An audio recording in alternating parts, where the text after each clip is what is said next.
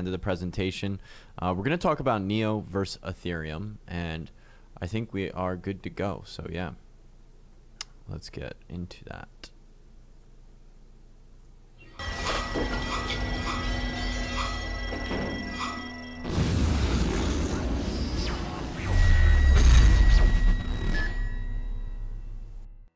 Hey guys, I wanted to thank our sponsors GameFlip ICO, where you can get paid to play video games. Check out their token sale page for more information and a chance to win $1,000 in GameFlip tokens. Their ICO is live today and runs until January 29th. Alright, what's going on everybody? I'm Sam Capizzi. I'm your host here at Crypto Somniac. Today is December 21st, 2017, where I will bring to you today, anyway, Neo versus Ethereum and some of the differences. What I'm going to talk about is some of the technological differences, why I see Neo as a fantastic option to hold, and then we'll talk about some of the things happening and going on today. Looks like the markets are taking a beating, but we've had such a great run up the past few months. You know, I think the market could afford to go down another 100 billion, 200 billion, and a lot of us would still be up pretty heavy. So don't worry guys, this is very typical of cryptocurrency. Remember, you can only invest what you can afford to lose, and if you can't swallow the volatility, then you know, it might not be for you. But I'm going to talk to you today about Neo versus Ethereum, and I made this presentation to highlight a lot of the differences. I do think Ethereum is great, but I think a lot of this is going to check in, is going to highlight what Neo is. So let's talk about the differences. So as an overview, Neo is defined as a blockchain that utilizes blockchain technology and digital identity, and what they do is digitize assets, and they automate these digital assets through the management of smart contracts. And what they're really striving to do, Neo is striving to do, is really create this smart economy. On the other hand, Ethereum is defined as a platform designed for the development of apps, and currently they are by far the biggest and largest, and they really aim to create this global, really free and accessible, trustworthy internet 3.0. Some of the objectives for Neo. So Neo is developing basically a product for the future and become a platform for the smart economy. Ethereum, on the other hand, is trying to become the top platform for decentralized applications. They're looking to provide users and developers more control and a variety of options in developing their dApps. The goals of creating a smart economy are to digitize digital assets and digital identity, create proof of ownership, protect and validate one's ownership, and accommodate governmental regulations. And we're going to talk a lot more in detail about what specifically Neo is doing. Yeah, well, excuse me guys, we'll answer some of your questions. I know the streets are bloody out there, but don't worry. There's plenty of money to be made, and it's a pretty good opportunity probably to maybe enter some fiat into the market. And I'll take some of your questions as we get into it later. But the smart economy plan is to basically accomplish and make everything regulatory compliant. And to do that, we really need two things. We need to secure digital identity and digital assets. And this is something that Neo is focusing on a lot. And I think is got a little bit ahead of the curve and a little bit an edge on Ethereum. When we talk about digital identity, it's based on what is called this public key infrastructure X.509 standard. And digital identity really seeks to ensure anonymity. And Neo aims to issue digital identities in accordance to this standard and then secure them on the blockchain. And then Bookkeepers, which we'll talk about later, will have digital identities and real names. And identifying Bookkeepers is crucial when you go to register assets on the network. Ethereum on the other hand, other dApps, decentralized applications, are required to develop digital identities. So in Neo, it's sort of, oops, I thought by pressing backspace that would take me back to the other slide. Maybe I hit the wrong button. Give me a second here. Lost my train of thought now. Give me a second. So, yeah, the bookkeepers. So, bookkeepers on Neo's blockchain, and we're going to talk more about what the bookkeepers are and what they do. They help identify and secure and register assets on the network, whereas in Ethereum, other dApps are basically required to do this. It is not native to Ethereum.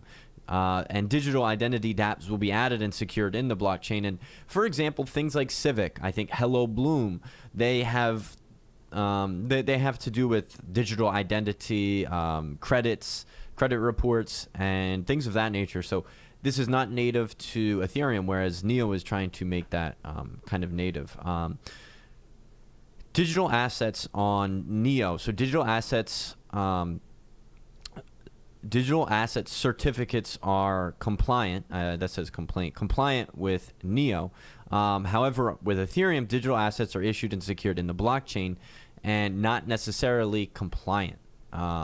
Need to take some advice and walk away. I bought as much Bitcoin as I could on the dip. I'll feel better when it comes back. Guys, just hang on to all your assets. You know, no need to worry if you're in good things. They'll bounce back. So networking with business. This is one of the things that some of this stuff gets really interesting and fun here. So OnChain. OnChain was actually created by Da Hongfei. Da Hongfei is the CEO and founder of Neo. OnChain is a company that aims to work with other Chinese businesses and government. The equivalent, which we'll talk about next, is Ethereum's Alliance Enterprise. But OnChain's system is known as DNA, the Decentralized Network Architecture. Neo acts as basically the foundation of DNA. And businesses, and Neo hopes to have businesses link up and join their decentralized economy. And businesses will have the benefits of both public and private blockchains, which is very important because, for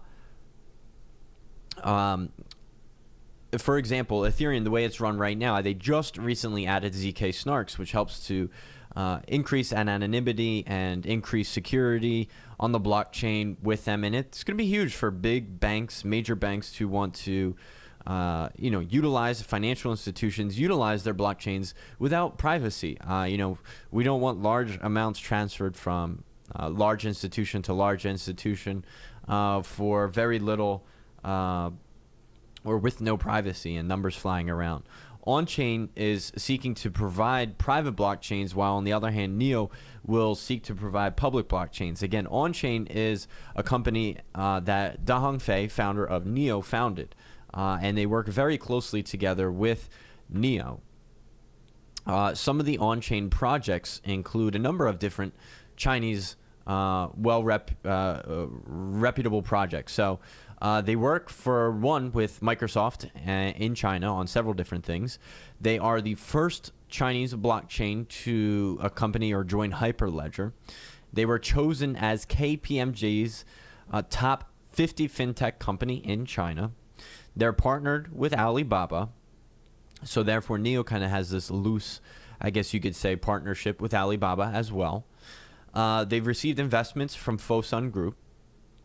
They've collaborated with many Chinese regional governments, and I think that just goes to tell me or show you that I think it makes the door for Neo a little bit easier in establishing the partnerships that I think it's trying to create with China and their government.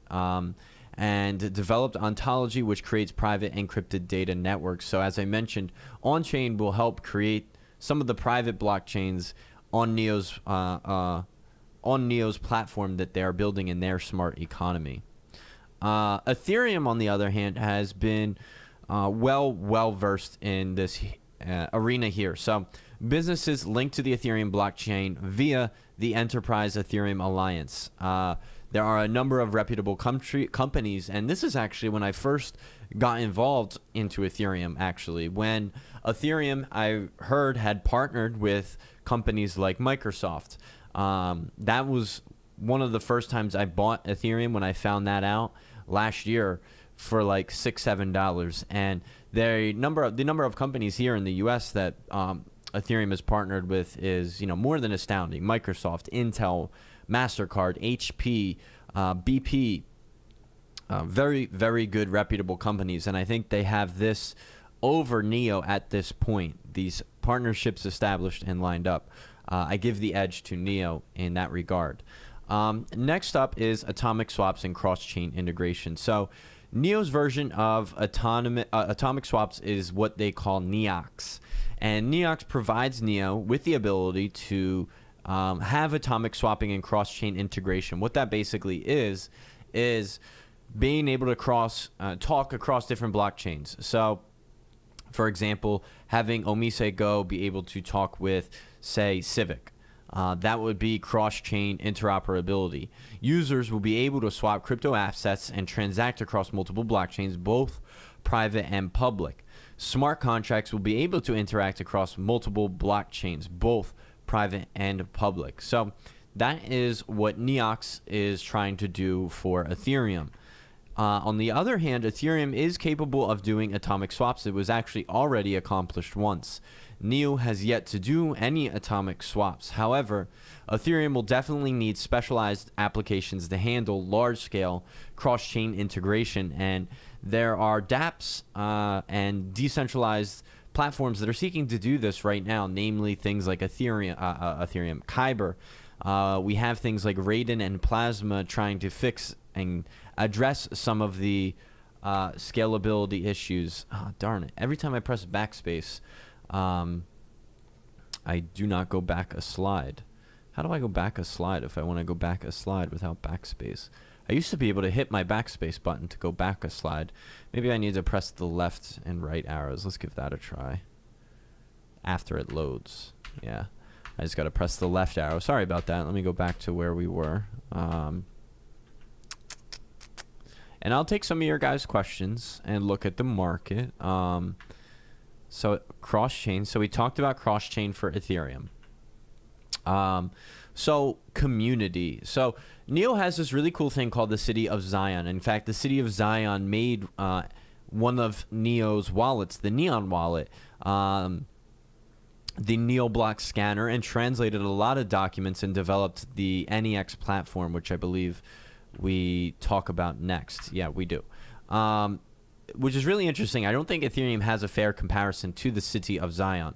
The COZ group, City of Zion, is a group of developers, translators, and designers who aim to advance NEO, and they were funded from NEO themselves, and they have many contributors. It's a group of really awesome people, basically, that help develop and increase the adaptability and infrastructure of what NEO is and what they have.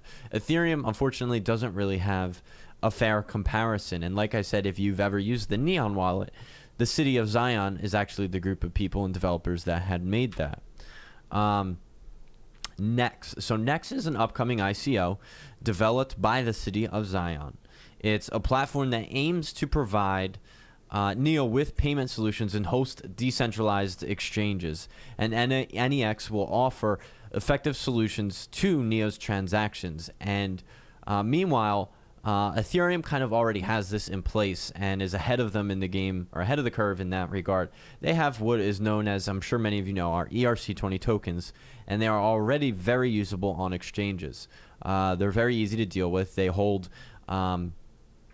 your tokens for you. You notice if you've ever sent Civic or Omise Go to your Binance account or Bittrex account, they are all sent to the same address because all Ethereum tokens are ERC20 compliant, and they all live on that same chain.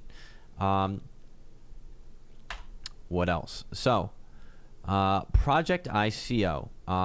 Project ICO is an all-in-one company that developers start their projects from their initial idea conception to basically ICO launch. And it's something that I wanted to note or highlight because Project ICO actually moved from Ethereum to NEO.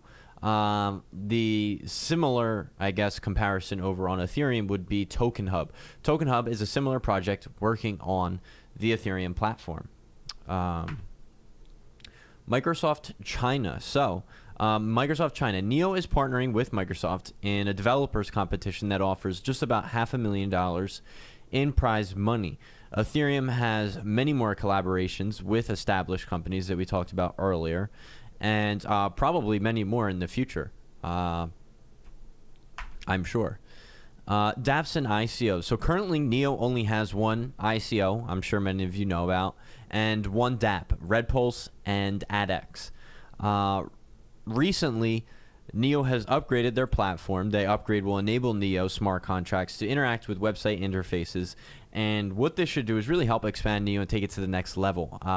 Neo is, I also think, took a hit just due to the fact that Chinese ICOs have been banned, and I think I talk about it in the end here about the road forward and path for Neo, but I think Neo will have to have what do I call it? We'll need help from the government and need to, you know, interact with the government to get to where I think they want to be. And I think they are trying to do that. And I kind of talk about that towards the end. Ethereum has a lot more ICOs and dApps compared to Neo. So Ethereum definitely wins in this regard. You guys know that Ethereum is pretty much the #1 place to go if you're an ICO or dApp. But Neo definitely has some benefits. Some of the major differences between Ethereum and Neo. So kind of got an overview, and we'll talk more about some of the technological differences deep down inside. So Ethereum was established on the proof of work protocol. In proof of work, computers basically compete to solve math problems and confirm transactions in the blockchain, thus securing the network. This is how Bitcoin works. Bitcoin works off of proof of work, and so does Ethereum. Now, there are disadvantages and advantages in my eyes of proof of work. Ethereum is hoping to switch to proof of stake, which I don't think is any easy task given that they are already proof of work. But the two biggest advantages that proof of stake will allow is basically, one, it requires a lot less power consumption, and the danger of a 51% attack is very much less likely. To have a 51% attack on proof of work, you need to acquire 51% of the hashing power, and that is a lot more cost effective or cheaper than it would be to own 51% of the tokens, which you would need in a proof of stake mechanism. The disadvantage to proof of stake is it's kind of like the rich get richer. So in proof of stake, as people hold money or tokens, they are rewarded for doing so, and they get dividends, and essentially the rich get richer. So there are disadvantages and advantages to both. But anyway, Ethereum uses the proof of stake, and token holders are contributed or get dividends as a reward for validating transactions and securing the network. Token holders stake, transfer their tokens temporarily into a smart contract for said amount of time, and exchange, validate transactions, and receive rewards. On proof of stake, there's little to no power consumption and does not require hardware updates. Like I mentioned, in proof of stake, if any one token holder stakes 51% of all tokens, then all staked tokens will be lost. This rule helps to prevent what is known as a 51% attack, and it would be disadvantageous to the person trying to make a 51% attack to do that. Do me a favor, guys, if you like the content, hit that thumbs up button. I'll answer some of your guys' questions. I'll look at the markets after this video, and we'll take a look, and stick around. So Neo uses a protocol different from Ethereum's. They use what's called Delegated Byzantine fault tolerance. This is basically a modification to proof of stake, and the protocol basically approaches network voting in a slightly different way. So one approach would be to have or include all token holders to participate in validating transactions and securing the network. However, this would be very slow. Imagine in, say, the political world where say everyone had a say. All 320 million Americans had an opportunity to vote. It would be very slow. It would be cumbersome. We'd have a lot of disagreements. people, you know, stampeding across each other, and consensus would probably be very difficult. So Neo uses an alternative method to make it such that token holders can vote for delegates or bookkeepers. This is very similar to how, say, the US does it, where we have the Electoral College and we can vote to whom is in office, and they can vote basically for us. This ensures not only more better order and efficiency, but transaction speed as well. As mentioned earlier, these bookkeepers will have their digital identity revealed, so this makes Neo very attractive and compliant for abiding by national regulatory bodies, such as the Chinese government. The disadvantage of this approach, however, is the lack of decentralization. Currently, the majority of nodes are operated by the team, and they're very well aware of this, and they've done things to try to fix this, and they will continue to do this. But I think the disadvantage here is it will always sort of ring true. I don't know that there will ever be nodes not held by the Neo team. As of Q1 2018, Neo plans to hold less than 2/3 and will continue to hold fewer nodes as time progresses. They are sort of relinquishing their power as time goes on in that regard. But it does create a centralized, even though it's a decentralized blockchain in Neo, there are facets of centralization because, again, the Neo team operates many of these nodes currently.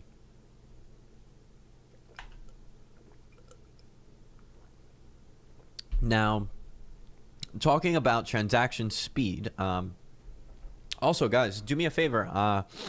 Snape's video from last night, retweet it or share it over on Facebook for a chance to win some free cryptocurrency. Go to twitter.com/cryptosomniac or facebook.com/cryptosomniac. And I'll be giving away some free cryptocurrency, and I am looking at your guys' questions as we are live here. So, got lucky and moved my Bitcoin to the Bitcoin Gold before this dip. Anyway, let's continue. Since Neo runs on proof of stake, their transaction speed is far superior to that of Ethereum. Currently, Neo is capable of processing tens of thousands, 10,000 transactions per second, while Ethereum is only able to validate up to 30. Practically, Neo processes something along the lines of 1,000 transactions per second, while Ethereum validates only about 15. And when we know, or when we see, when we participate in ICOs, I'm sure many of you realized and seen that, the Ethereum blockchain gets congested. I think when I tried to cash out some Ethereum the other day for Bitcoin Cash, off of the news that Bitcoin Cash was, being released on Coinbase as tradable, what was I going to say? Ethereum, I think, even experienced congestion then. So in terms of transaction speed, Neo is definitely far superior to Ethereum in that regard. However, it does lack decentralization. Forking and scaling. So Ethereum follows Bitcoin's protocol, and the Bitcoin protocol will fork to updates in the software. Fork happens because there's no consensus finality mechanism. Basically, anyone can say, hey, I like this, I want to do this, this way. I'm going to go off and create my own chain, and that's kind of why we have Bitcoin Gold, Bitcoin Cash, Bitcoin Jesus, and Bitcoin God, Bitcoin Dark, Bitcoin Diamond, Bitcoin, whatever all the different forks are of Bitcoin out there. So if a dispute occurs between developers, both parties are considered correct and new blockchains are developed. And it's very common, and we have many forks. And basically, the only thing that you need in that world and economy is basically stimulation from people wanting to buy, trade, and sell in that new economy. Neo, on the other hand, offers a different consensus mechanism in which finality must be reached. So the bookkeepers must reach 66% of consensus in order to add new transactions to the blockchain. So if there ever is a dispute between developers, basically 66% of the developers must agree or agree with each other, and the rest of the parties, they cannot fork. They cannot fork their own chain. So everyone has to agree. The bookkeepers inside of Neo on their chain have to agree to what's happening. Whereas in Ethereum, you could go off and fork, and this could be an issue, as things fork. Let's next talk about Neo and Gas and decouple them. So in the Ethereum network, Gas is required to execute smart contracts and run transactions. The Gas is small units basically of Ether. In the Neo network, token and Gas are decoupled. Neo's tokens are basically like company shares. These tokens aren't used for network transactions. The actual unit Gas is used for those transactions.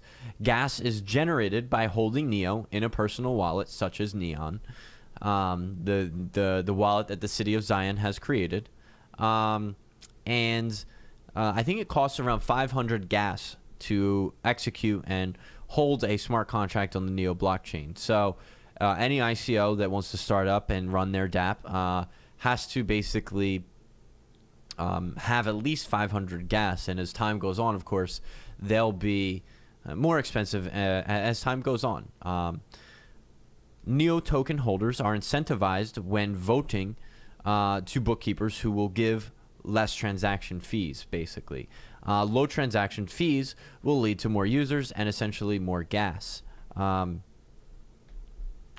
it, I clicked backspace again. I meant to hit the left arrow. Do me a favor, guys, hit the thumbs up button. I will take your guys' questions after this. Let me get back to where I was. Also, reshare this or retweet it for a chance to win some free cryptocurrency. Let's get back to where we are. Decoupling of Gas. Okay. The smart contract programming language. So Ethereum uses Solidity. It's a program that was developed by Ethereum. It is definitely hard, from what I know. I'm not a programmer, but hard to learn and understand and program in. Whereas Neo supports 5 major programming languages, including some of the most commonly used ones in the world, and they are building support for 5 others. I think Neo definitely has the advantage in this regard. Solidity is very difficult to learn and understand, and Neo makes it very accessible for many existing programmers to come right on to their platform and program in things like C# and Java, etc. So I definitely give Neo the hat in that one. Next is the execution of smart contracts. This is something I want to highlight differences between. So smart contracts are executed using something called virtual machines. And basically, Neo's virtual machine is, in my opinion, superior to that of Ethereum's. They basically optimize smart contracts before executing them.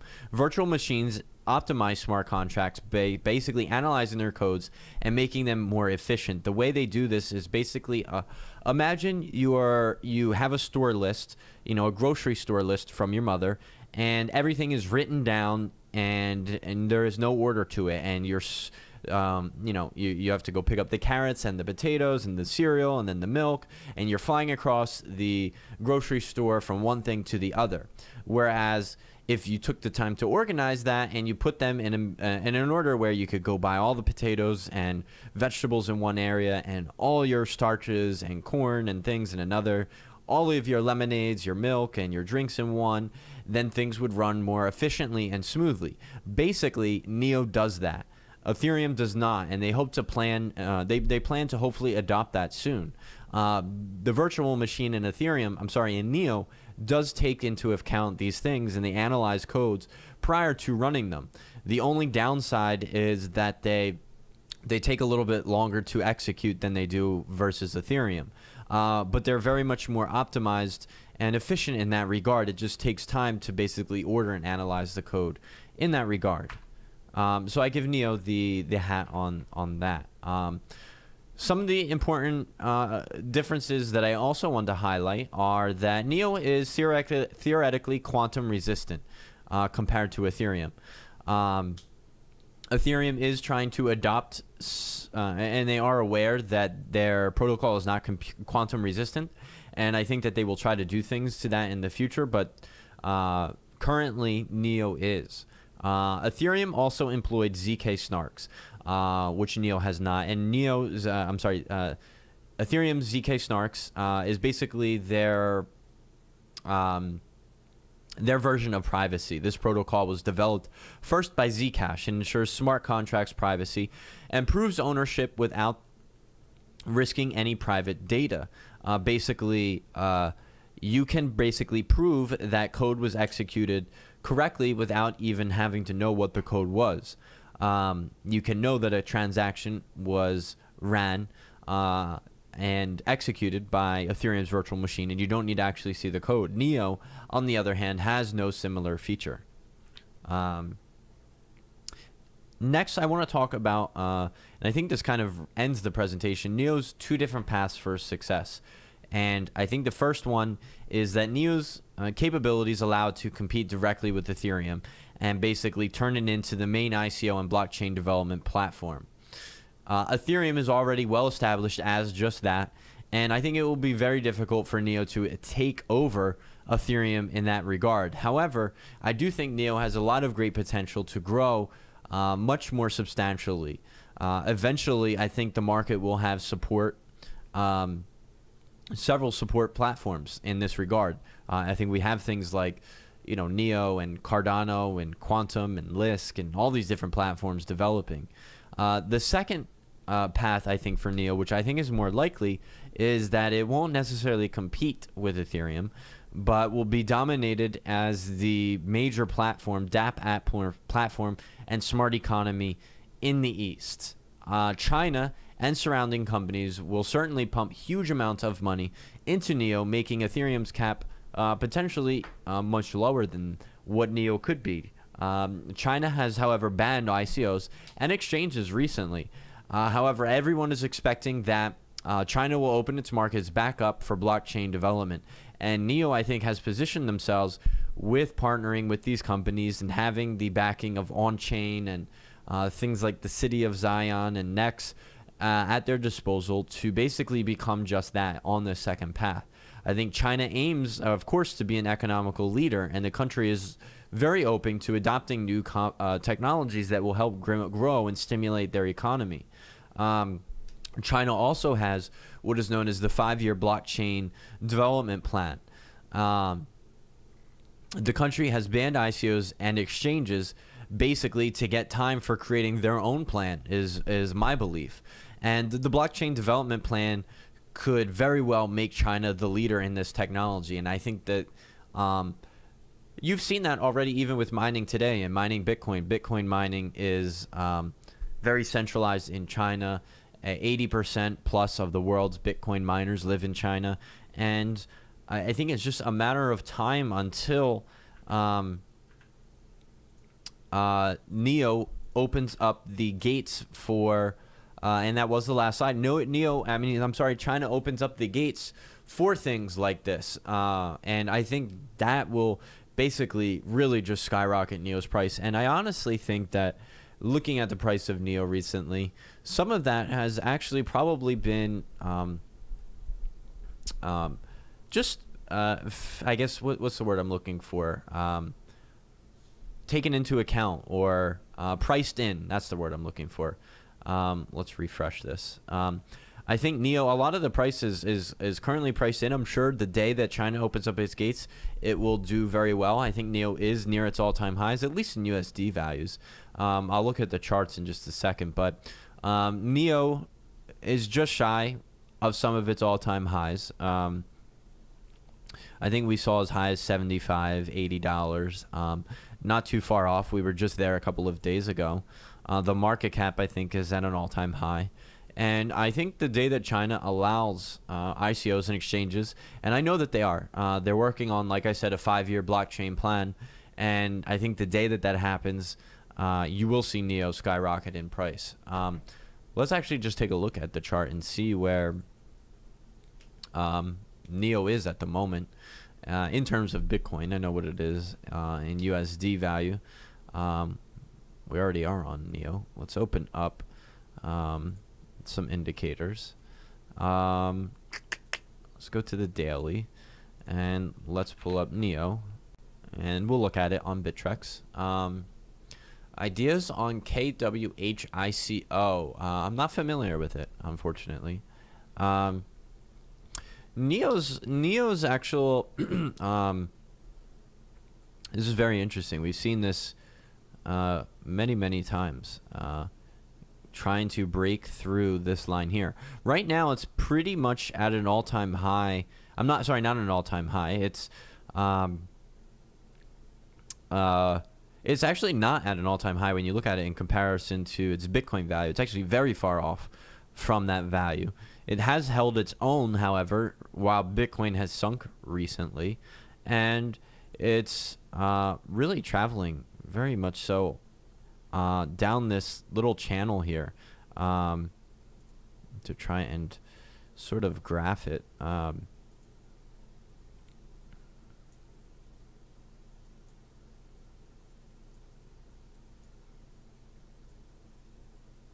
just go from here to here.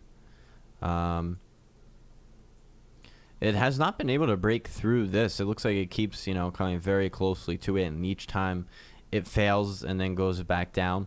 It looks like, its support level is right here, which was a long time ago. This was back when I think its price pumped up right for the rebranding of NEO back in August and things.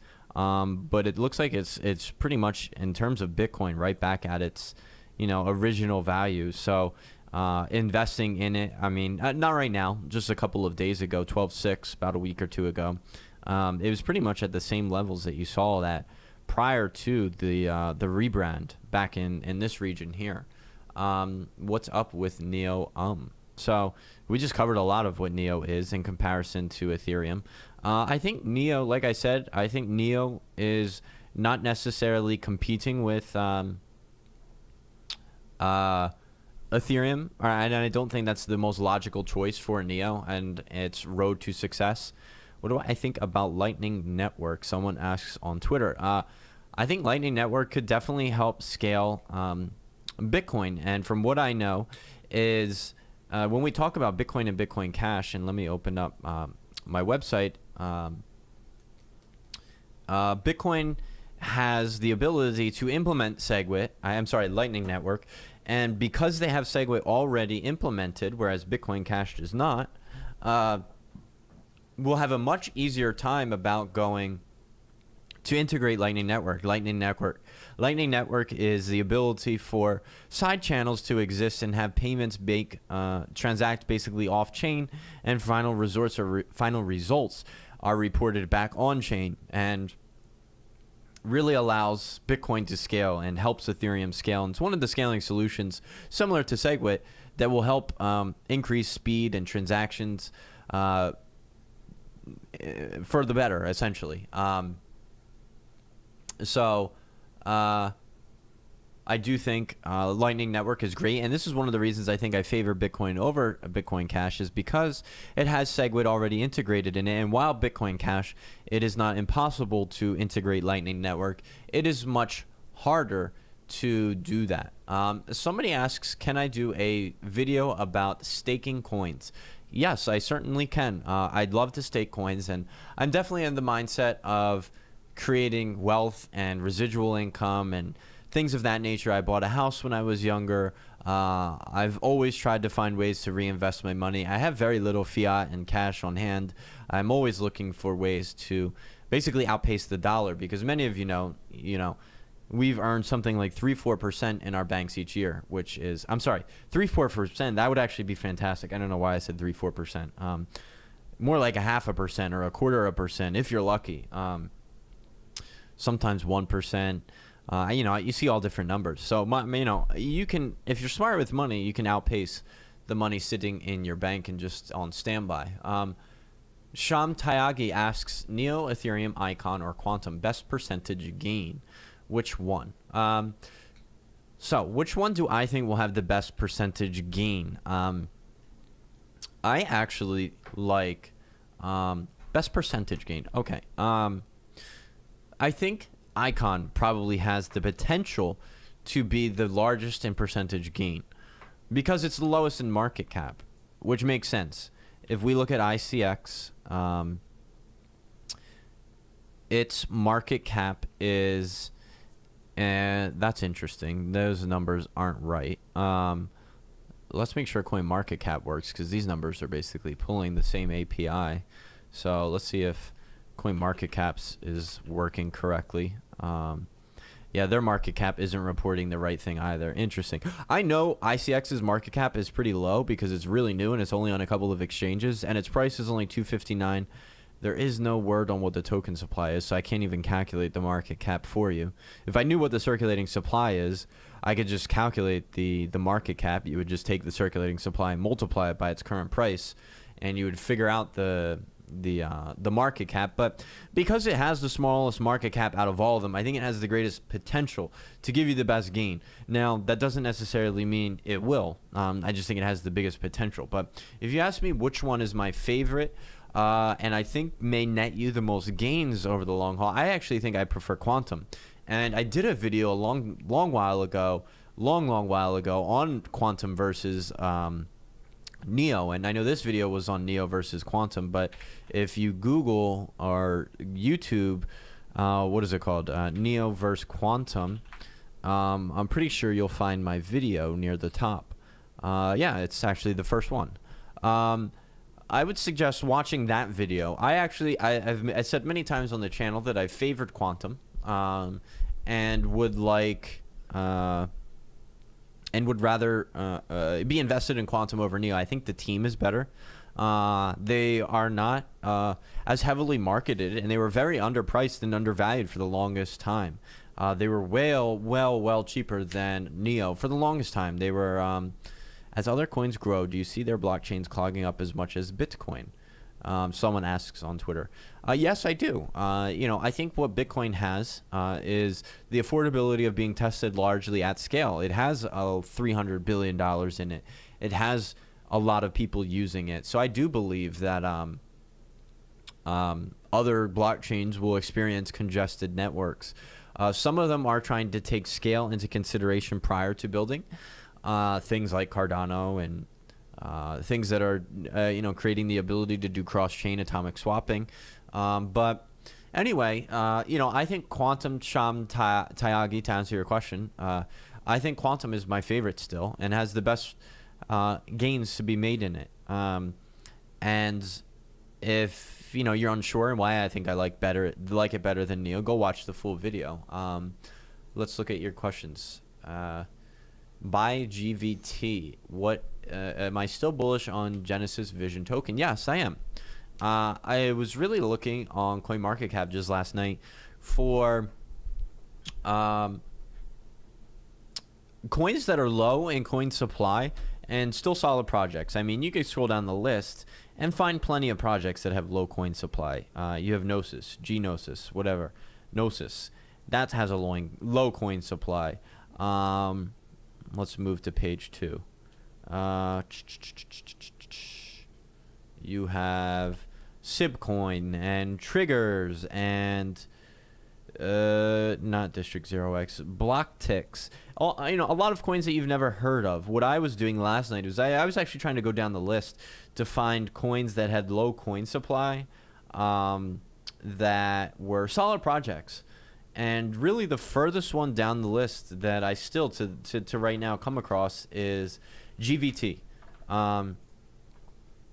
It has a coin supply of only 3.7 million and a market cap of 24 million. Very low still, which means there's high risk involved here. There's not a lot of market cap. There's not a lot of money in the project, unfortunately. But it's a project that I've worked close with. I worked for and I've spoken to.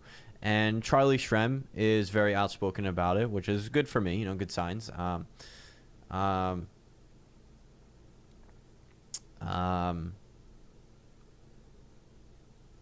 Charlie Shrem is a big proponent of Bitcoin and an entrepreneur in the space, and you know, I'm happy that he supports the project. Can't wait for your app coming out in January. Hopefully it's better than Blockfolio. Please make sure the notification is loud enough when an alert is set for a coin to hit a certain target. Absolutely. We actually got our first design mock-ups in today for what our portfolio tracker will look like. I hope it is better than Blockfolio too, and we'll actually be happy to take your input when it's out. We're obviously building all this stuff with you guys, things in mind. I think someone made a great suggestion on air last night that I don't even have seen CoinMarketCap do, and we're working on, is to add a Sats currency here, Sats, Satoshis, so you can look at everything on Sats.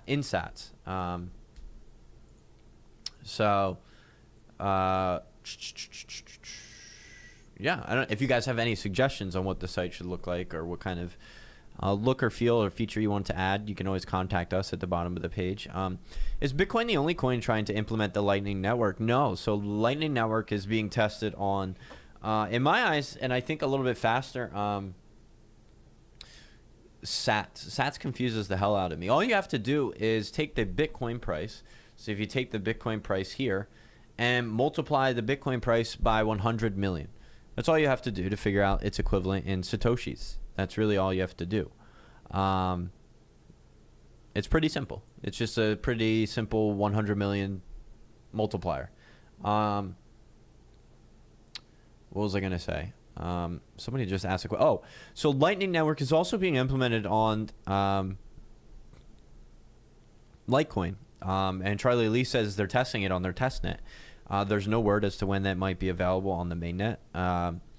But they are testing it and trying to implement it. So if they do, that would be a huge advantage Litecoin has over Bitcoin. And I want to highlight, and I thought this chart was very interesting. It's something I really wanted to do, that Bitcoin info chart is basically show you, that's not what I want. That's not what I want either. Average transaction fee. Show you guys, I actually don't know off the top of my head. I wish I knew how many block confirmations it's supposed to take Litecoin to be considered true and in the blockchain. But if we compare a number of things here, Litecoin and Bitcoin Cash,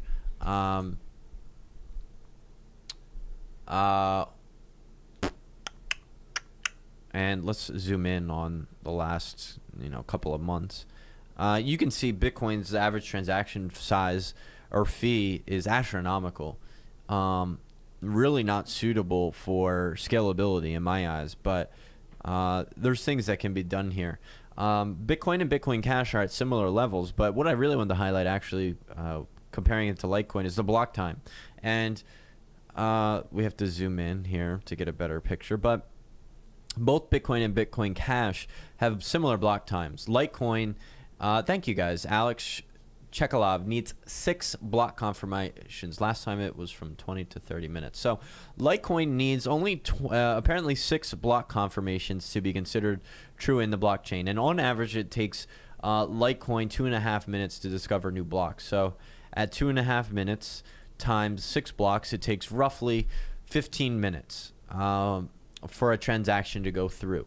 Meanwhile, Bitcoin and Bitcoin Cash are also 6, and it takes them about 10 minutes to discover new blocks times 6. It's about 60 minutes. So it's about 4 times as long for transactions to be considered valid on the blockchain when you compare Litecoin to both Bitcoin and Bitcoin Cash. I think Litecoin is better than both, to be honest, if you look at it in that regard. The transaction fees are pretty much negligible when you're talking about just Bitcoin Cash and Litecoin. The average transaction fee is virtually the same when you compare Bitcoin Cash and Bitcoin and Litecoin. Certainly Bitcoin is just through the roof. But if I were to compare Litecoin with Bitcoin, like I said, they're testing Lightning Network. That was the question someone asked. Excuse me. What other coins are working on Lightning Network? To answer that, Litecoin is. Do me a favor, guys. Hit that thumbs up button. I do appreciate it. And at the end of the stream, head over to my, or during the stream rather, head over to Twitter or Facebook. We'll be giving away some free cryptocurrency for someone that reshares last night's video on what is it? On Bitcoin Cash draining well, not that. Bitcoin Cash draining Bitcoin's value. Anyone who retweets that or retweets it will be eligible for a chance. Same thing over on Facebook. All you have to do is go to facebook.com/cryptosomniac. Someone asks, thoughts on IOTA. What do I think about Charlie Lee selling? While we're talking about Litecoin, I think that Litecoin is, I mean, Charlie Lee selling his Litecoin, in my opinion, I actually didn't really like the move. You know, he did it as a, I guess, sort of like a humble move to remove his stake in the coin and in the company. But in my eyes, I actually don't like that too much. That means you're not kind of tied to your project. I mean, if you look at any, you know, CEO, say Mark Zuckerberg or Elon Musk, you know, they hold stake in their company. So they're very directly tied to how well a coin does.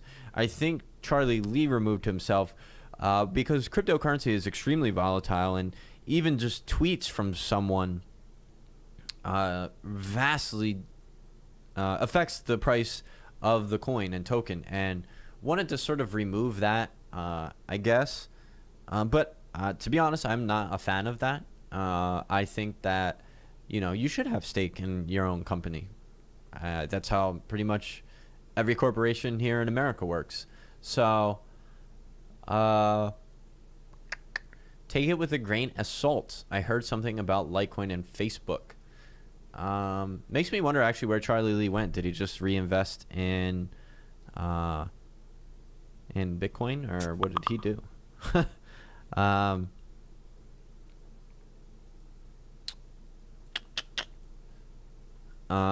What else? So if you are CEO, you can't jump. Donated, not sold. Okay, so he donated all his. Yeah, I think he donated it to, was it the Litecoin organization or was it a charity? I don't remember where he actually donated it to. That's correct. He did not just sell it. So probably bought into Ripple, driving up the price. Sale Tronix. Yeah, Tronix is a great coin. Today is, did they release what exchange they were supposed to be on? Let's look up Justin Sun's Twitter. Justin Sun Twitter. I have Twitter open over here. Justin Sun. Justin Sun. I don't know what exchange they're getting added to. We just informed by OKX.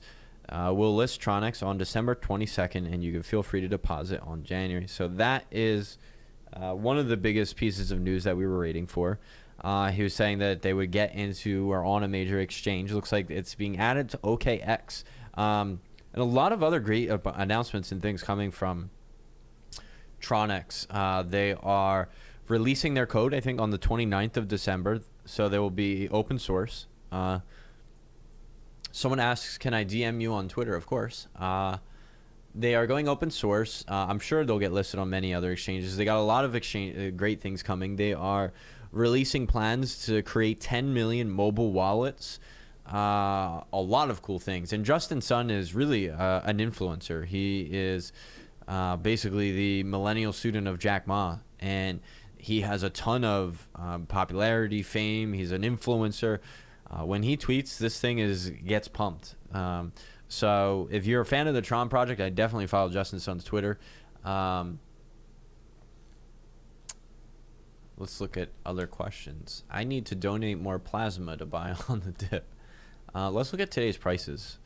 So Bitcoin is at 14.6. Let's pull up the Bitcoin chart and let's look at some good prices to get into. Let's look it up. Bitcoin USD Tether, and I think Bitfinex is the largest exchange in the world. I always forget. Let me look at CoinMarketCap. Bitcoin. and I'm pretty sure it's Bitfinex, right?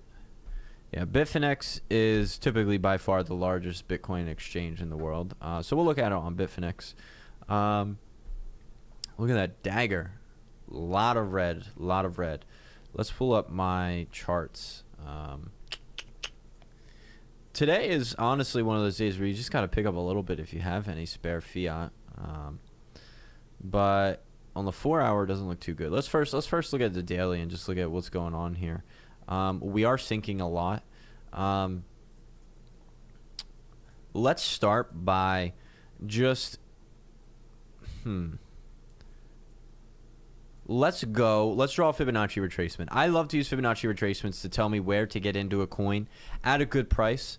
And the way you draw them, and I have a course that goes over all of this on my website at cryptosomniac.com. But if you draw a Fib retracement, you want to go from local min to local max typically. A local min being the last point at which it was at a minimum, which looks like it was right about there, and then the local maximum right about there. And what these lines represent are basically areas of support and resistance, and it's not bulletproof, but very often you'll see the candles line up very closely to points of support and resistance. You can see that a little bit here. Like I said, it's not like dead on, but you can see the support and resistance. You can see the red candle like hovering right around there. Due to the fact that we climbed up so high, and support and resistance, and where you see these candles lie back before, and where they kind of mediate and level out from, and what's the word I'm looking for? Consolidate. Where you see these little candles kind of like consolidate represents areas where you'll probably you're likely to see prices fall back on. And just due to the fact that there was such a large run up in this region here, you can see this whole green candle. It goes from like, I don't know, 11.5 all the way up to 16.5. Basically tells me that this stuff is probably going to fall really fast, because there isn't really any areas of support or resistance really up until this region here. So if I were to tell you where to buy Bitcoin, a lot of you people know that if you've ever seen me draw a Fibonacci retracement, I like to draw it. I'd like to purchase in this blue region here, this 618 level, which would represent the $11,000 mark in Bitcoin, which I think is still a great mark. I wouldn't be surprised if we head back to that 11,000 mark just by drawing this Fib retracement here. But a key level that I would look for is, you can see right here, there's some resistance. So I might set like 2 Q prices, maybe one in here, which honestly, it's really close to that 1100. So if I had to set a buy price, I'm just going to say anywhere from 11 to 11,500. Anywhere in this region, maybe 11,600. If I were to set buy prices and I really wanted to buy, that's where I would buy. And in fact, even better yet, I would probably what's I'm saying?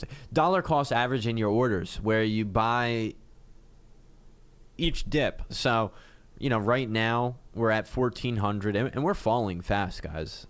This candle, I don't think is going to hold.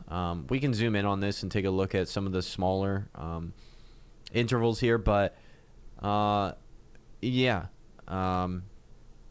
let's do that. In fact, let's start with the 4 hour, and you get a little bit more data. You can see that the last area of support was, again, the Fibonacci retracement. Shows you a lot of the same stuff.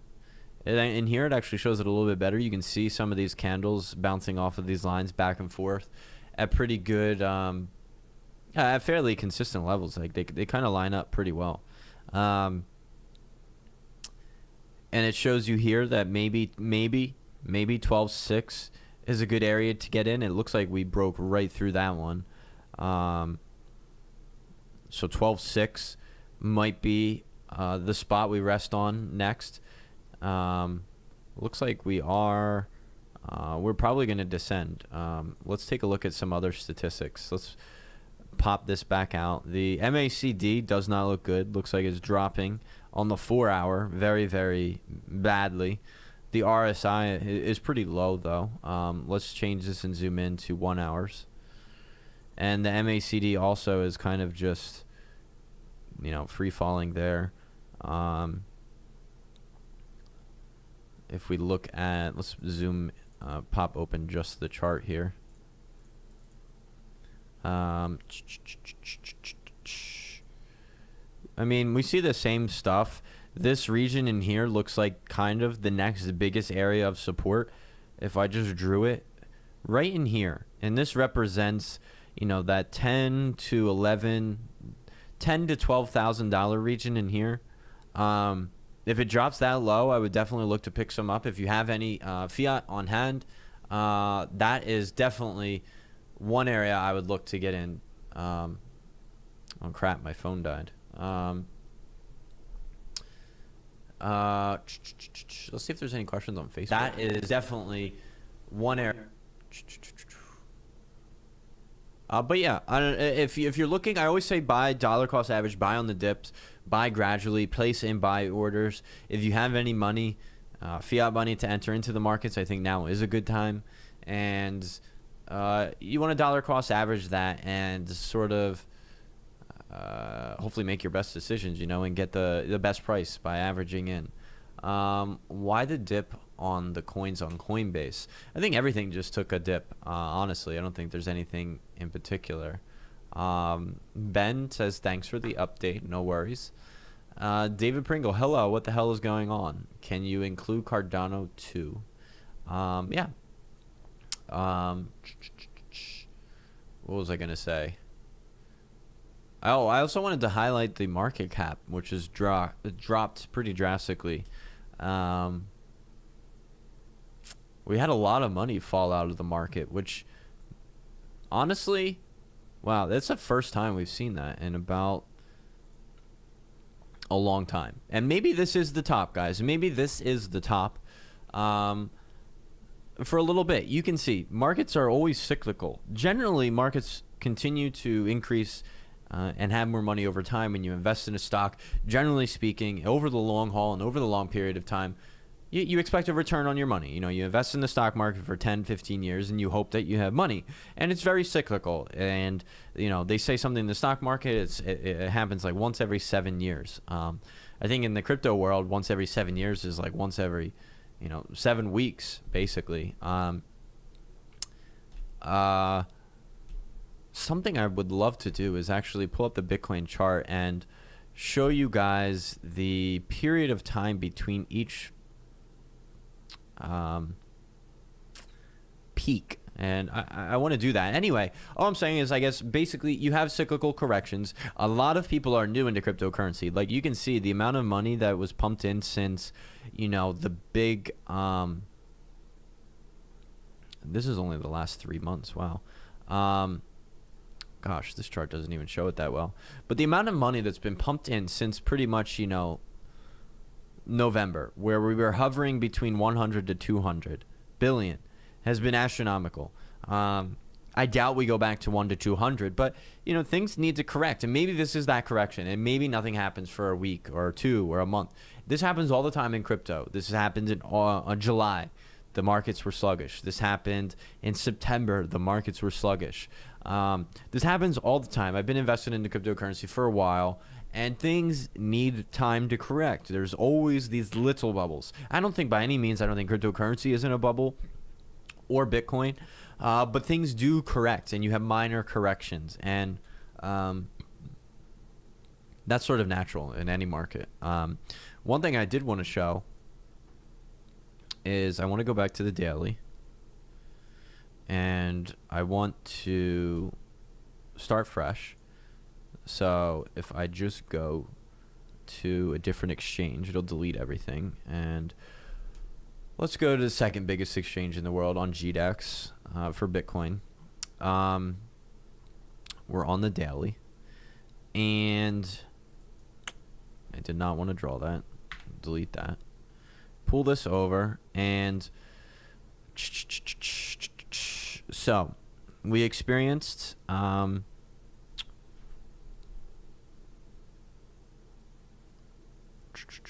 couple of different kind of, I guess you would call them cycles, and I just want to graph the amount of time between each cycle over the past 3 months, and you can do that using the date range here. So if we go from we say this bottom to that bottom, we have about, or maybe we want to go from bottom to peak.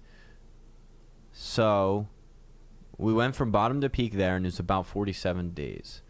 We go from this bottom, which again happened in September, and we had a big run up before having a little crash in the beginning of November. Very similar period of time, right around 50 days again. And let's graph the most recent one, date range, and to the top. So this one is actually a little bit more short-lived.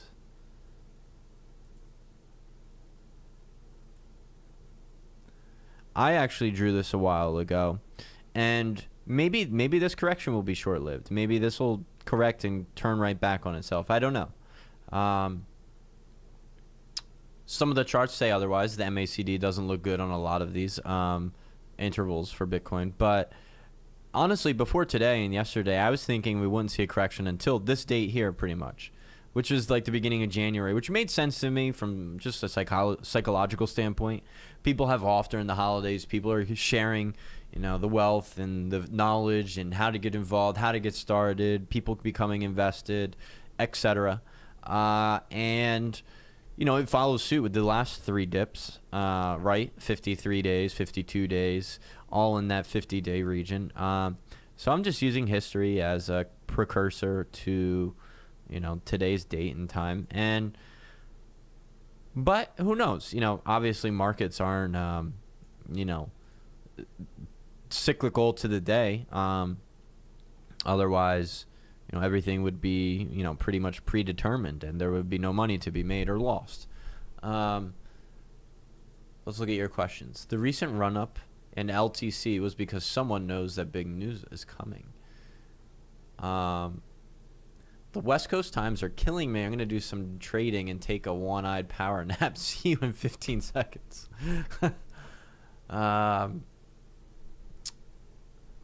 Ripple going under $1. So I told you guys here, I really think that Ripple is the next coin to get added to Coinbase. Their headquarters are within walking distance in San Francisco. Bitcoin has the infrastructure that, whoops. Ripple, is Ripple? No, that's not the only thing doing well on the charts. Aeon, 60 million coin supply. Aeon is up huge right now. Ripple, Komodo. Komodo is actually very interesting. Komodo is a decentralized platform, basically, that runs off of proof of work, and one of the only ones, if not the only ones, that I know. What is this? Let's read this tweet here. Official Komodo account. Atomic swaps. New milestone reached 16,000 atomic swaps. The world leader in atomic swaps. It's pretty cool.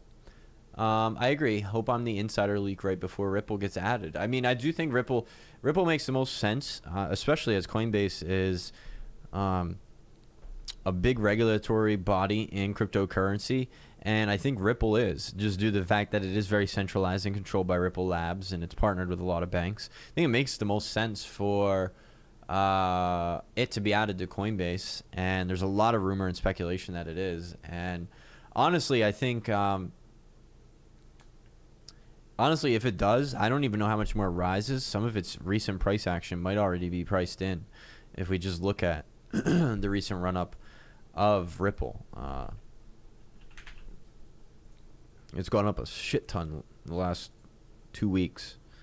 The charts, yeah, it's gone up a lot. Probably not rich enough to buy some new TVs. I just don't understand fair value for Ripple. Seems high already. What's up? Okay. Coinbase is going to be crippled starting tomorrow until January 5th, so get everything done today. I'm sure that they will. I mean, a lot of these exchanges and wallets are having, what's it called? You know, delay, bogged down. There's so many new wallets being created. Accounts opened. Support is sluggish. I tried to open a business account on both Bittrex and Coinbase, and it took like a month for each of them to get situated. So my favorite private coin, asks Chris Goldsmith. Definitely Monero, hands down. Monero has been around for a long time. It has ring signatures. I've said this many times on air. It's not much of a surprise. But definitely Monero. They've been around for a long time. They've what's it called? They have one of the best dev teams in the entire world on their side, and that's kind of just publicly known info. I remember now. I saw you invested in Tron but got out. You no longer think it's a great investment. I have a lot of money still in Tron. I love Tron. I sold a little during its peak back. I sold some for like 5 cents, and I've made out already because it's at 4 cents. Actually, that's not true because Bitcoin's value fluctuated, but I sold a little bit of my Tron. I like to take profit when things run up, but I love Tron. Make no mistake about it. Tron is one of the few ICOs that I've actually invested in. I invested it in its ICO. It was actually one of the hardest ICOs I've ever invested in because the Chinese translation on their website was not very good, and it was very difficult to figure out what was going on.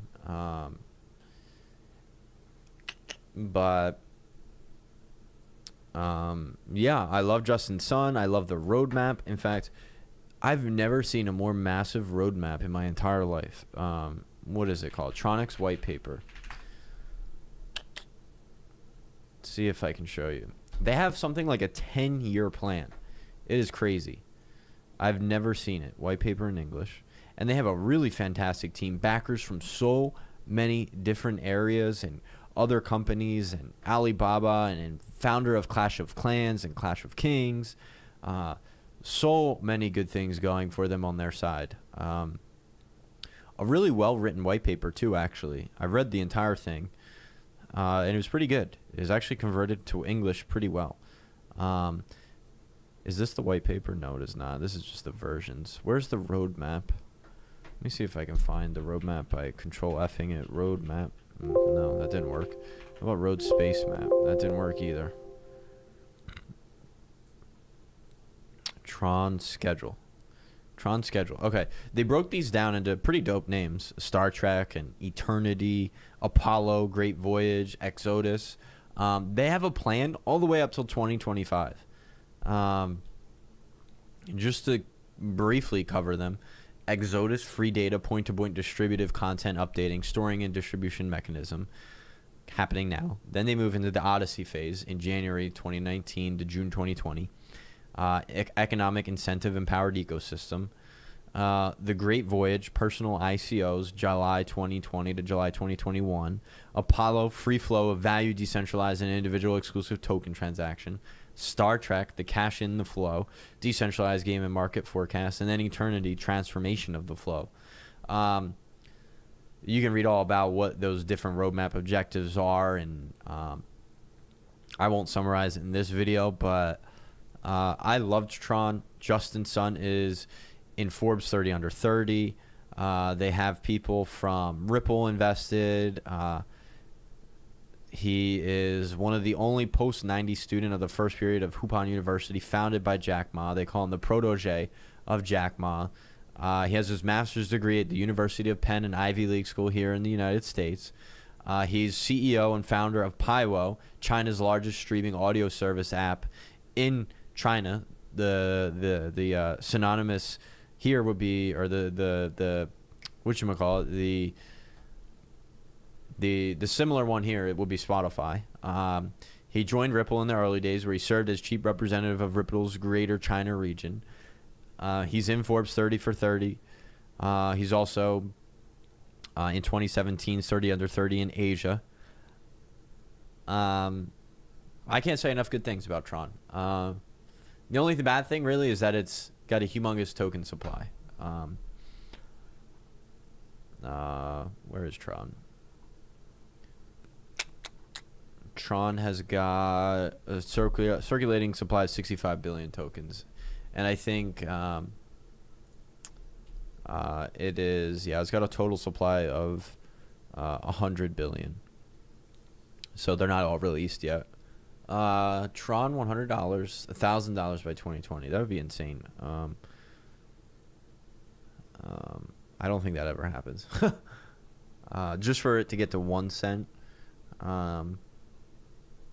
I'm sorry, $1. It needs to, you know, get to 65 billion first. To get to $1,000, it needs to multiply 65 billion dollars times another 1,000. So what is that? 65 trillion. Humongous number. Anyway, thanks for answering that. It sounds really interesting. Does it have any competitors? None that I know of. It's very much tied to the audio streaming service app that they have over in China. And no, I don't really know of any competitors to it. Ripple price can dump coins back to the market and affect the price. Yes, which is why I don't like Ripple. It's a centralized cryptocurrency where Ripple Labs controls the circulating supply. So they could dump new coins onto the market and, yeah, affect the price of it at will, which I don't like at all. It's centralized, and it kind of defeats the purpose of cryptocurrency in that regard. It's not decentralized, so it doesn't make a lot of sense. Just reading the questions over on Facebook. What is your opinion on crypto cards? Do you think CTR will become mainstream in the USA? Is CTR Centra? Centra mainstream in the USA? I don't know. To be honest, Centra does face a class action lawsuit against them right now. And the U.S. is not very favorable when it comes, I think, to cryptocurrency, ICOs, and blockchain. And they could make an example out of Centra if they so want to. They're facing a class action lawsuit because of the Floyd Mayweather thing. They used Floyd Mayweather to market their ICO, and basically it's illegal. And they received endorsements from brand ambassadors, and as well as DJ Khaled was on that list too. But, you know, they could come down and crack down hard on Centra. So I'm not very bullish on Centra at the moment. I also don't think they do anything that special in debit cards. I'm more of a platform ecosystem person. I like to invest in platforms and ecosystems, things that can build upon and build other things on, as opposed to one-off products. That being said, I do invest in little things that are kind of like products, but not as much, not nearly as much as I do platforms. I'm very much more a platform guy and like things like Ethereum and QTUM, and a lot of my money in my portfolio reflects that. It's mostly tied up into things like that. How much can Ethereum get before 2018? I think I published a prediction actually for that, and I think I said as much as $3,000 by 2018. That's sort of my goal, my estimate. I do think it could go well over that too. This year alone, it increased a whole boatload. Did it increase? Let's go to whatchamacallit, ETH, USD.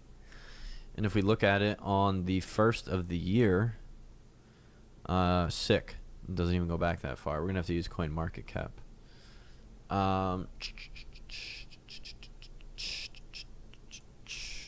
Ethereum markets, charts, and January 1st, Ethereum. Oh, I'm in Bitcoin. No, wait, no, I'm in Ethereum. Holy cow. We were only at $10 basically. So we've increased 750 divided by 10. We've increased 75 times since the first of the year. If we did that again times 750, we'd be at $56,000 an Ether. Can you share your portfolio? Not the amount, just portions invested into which cryptocurrencies.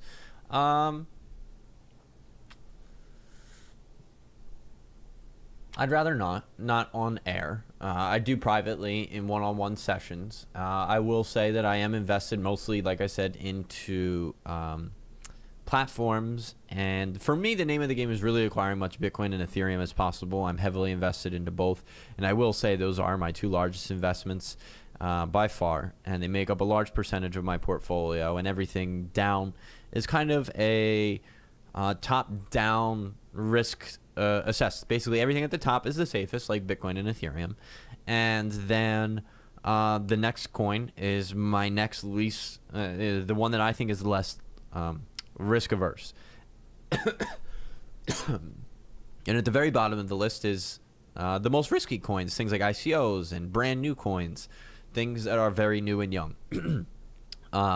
So the majority of my portfolio is kind of structured that way. Risk at the top, at the bottom, and the safest things at the top, meaning I hold more of them, and my riskier investments are down at the bottom. And that's kind of how I structure my portfolio. Did you see my post about the costs on Ether to make transfers less than $1? No, I didn't. Let's go look at the costs of Ether. So Bitcoin info charts. That will tell us the cost of transfers on Ethereum. So Ether is looks like it's a little bit oh, this is block time. I don't want block time. Average transaction fee. Looks like it's in line with the rest of them. Bitcoin Cash looks like it is about the, one of the cheapest. Ethereum looks to be very close to Litecoin in transaction fees. I mean, it always differs, but not actually that cheap, to be honest. $1.30. There's coins out there that do better than that, and will do better than that. Do you think Lisk can hit over $50? Okay. The first thing I look at when someone asks me, can Lisk get over $50, is go look at it and its coin supply and its market cap. So Lisk is currently $23. So to get to $50, it would have to double in price, right? Which means its market cap would have to double in market. So it'd have to go from about 2.7 to 5. What is that? 5.4. What is 2.7 times 2? 5.4. Yeah. So 2.7 to 5.4, which is definitely very reasonable to expect. If you're looking at things like 5.4, hell, we have things like EOS that aren't even here yet. Stellar, which I'm not that big a fan of, Bitcoin Gold. So I see no reason as to why I can't get to $50. Why not? Do I have any thoughts on Redcoin? I honestly don't know much about Redcoin. I really don't. I think it's kind of like Reddit's version of Steemit or something. It's not really a coin that I take seriously. And I'm not invested, so I don't really pay much attention to it. I know enough to know that I'm not invested.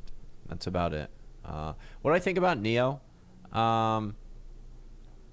Neo is great. I think it has a lot of advantages over Ethereum, and I summarized them in the beginning of this video. And just trying to answer some questions here now.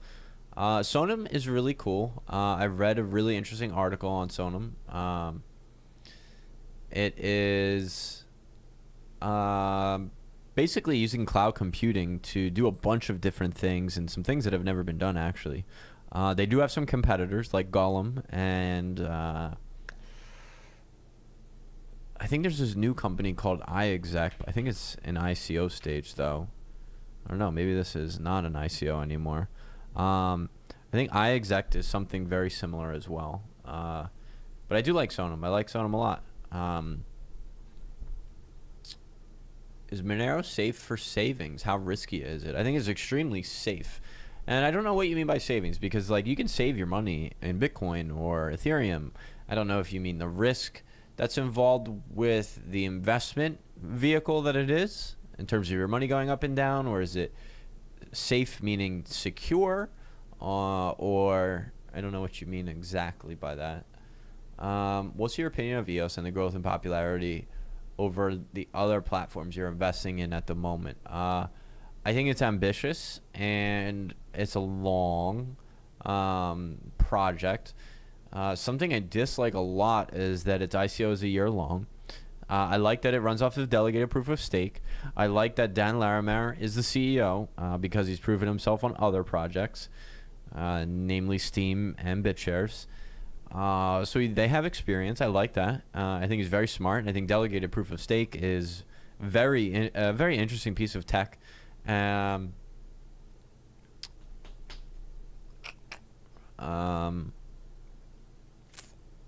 yeah, but I don't like how the ICO is a year long. Something that you can do is actually, if you look at this website called eosscan.io, you can actually see what the price of EOS is if you invest in it. You know how they have it into periods. They have it in time periods, right? Where you can invest in it in the ICO, or you can invest in the actual token on the open exchanges. And for one, I don't like how the ICO is a year long. It still has 182 years, two days left.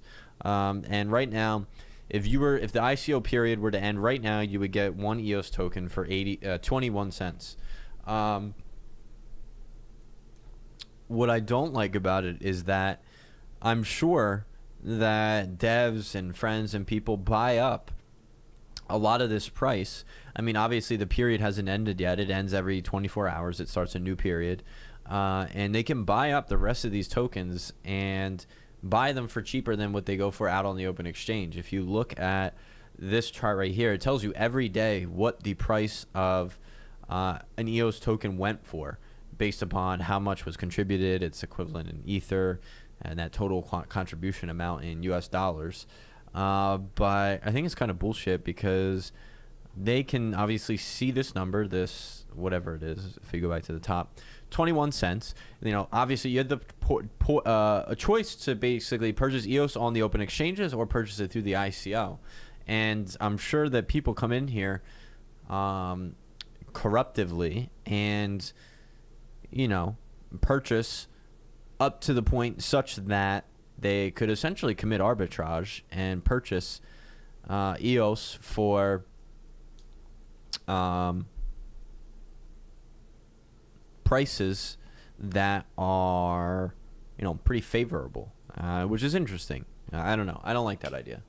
What do I think about NiceHash and their recent comeback? I don't know much about NiceHash, unfortunately.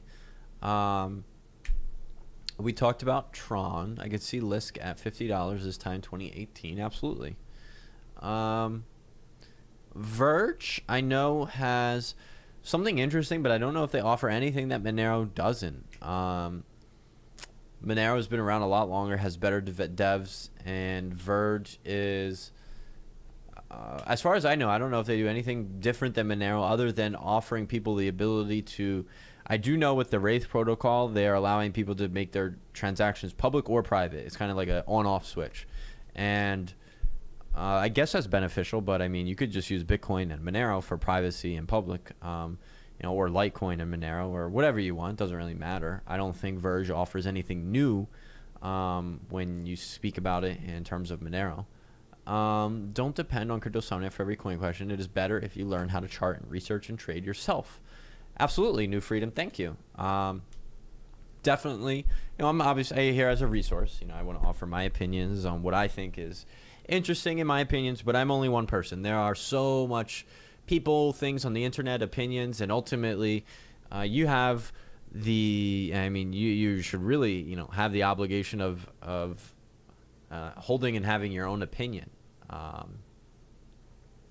and Yeah. What do I think about Electronium and mobile mining? I think GameFlip is more interesting.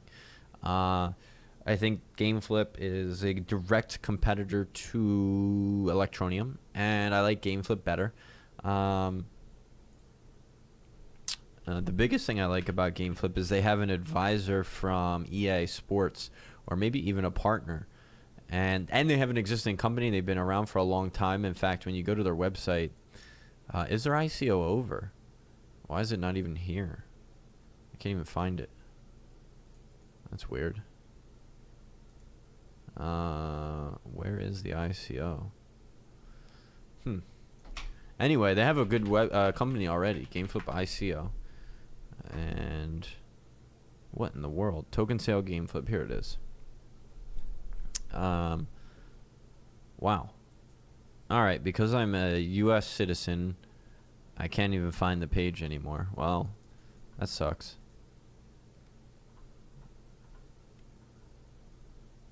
Whatever. No biggie.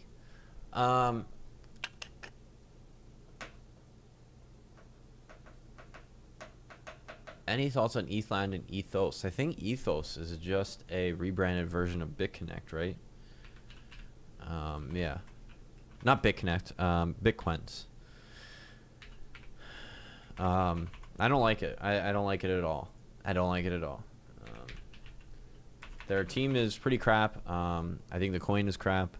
I'm not invested. The channel is one of the best, and I appreciate the content you two provide. Keep up the great work. You're welcome, Benjamin. By the way, I think we're going to end the stream soon here. Take a chance to retweet last night's show on Twitter. Share this over on Facebook for a chance to win some free cryptocurrency. And we'll give away some free crypto.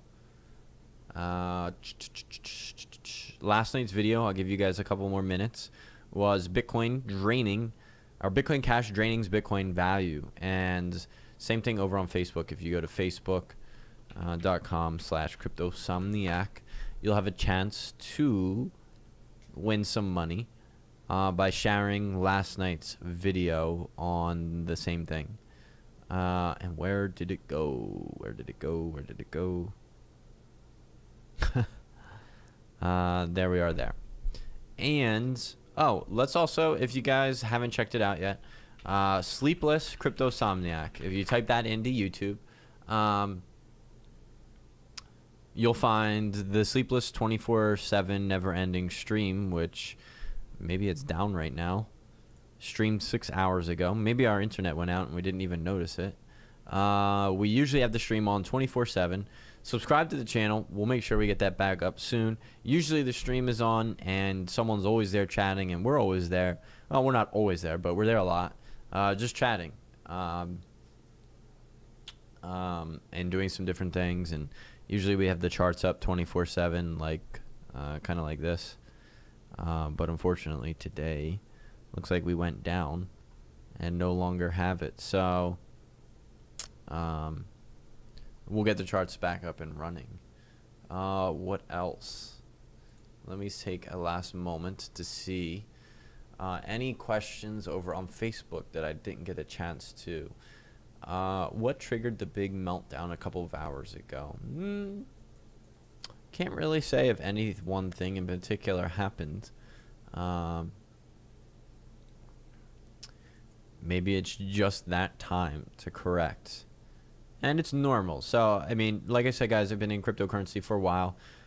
Just hodl. I mean, I've never gotten to the cryptocurrency markets with the intention of making a quick buck. It was always about investing money for the long haul and,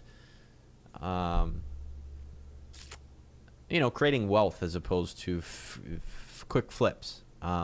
Also, we do have one-on-one appointments available on the website. You could book with me or Snay. We offer a 100% money back guarantee.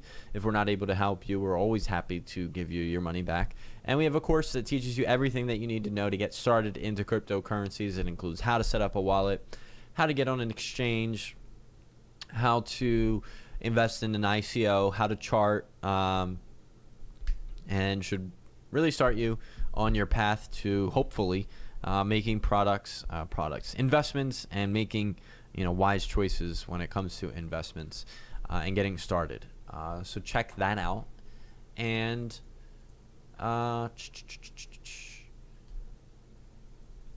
what do I know about Funfair? I'm personally not invested into Funfair.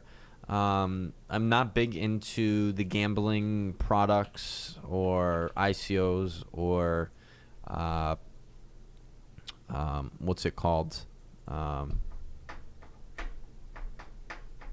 Cryptocurrencies. I lost the word there. So yeah, let's give away some free cryptocurrency here. So usually we use a random number generator. Random number generator to pick one from Facebook or two from Twitter. So we'll use one for Facebook, two for Twitter. And today's winner will come from Twitter. And looks like we had 63 retweets. So we'll pick a number between 1 and 66. And to be eligible tomorrow, all you have to do, actually we'll give this page a refresh for anyone who might have retweeted it just now. To be eligible tomorrow, all you have to do is reshare this video or retweet this video on Facebook or Twitter, whatever. So 66. So we'll pick a number between 1 and 66. And it looks like we have lucky number 19. So 1, 2, 3, 4, 5, 6, 7, 8, 9, 10, 11, 12, 13. 14, 15, 16, 17, 18, 19. Manoj Parida.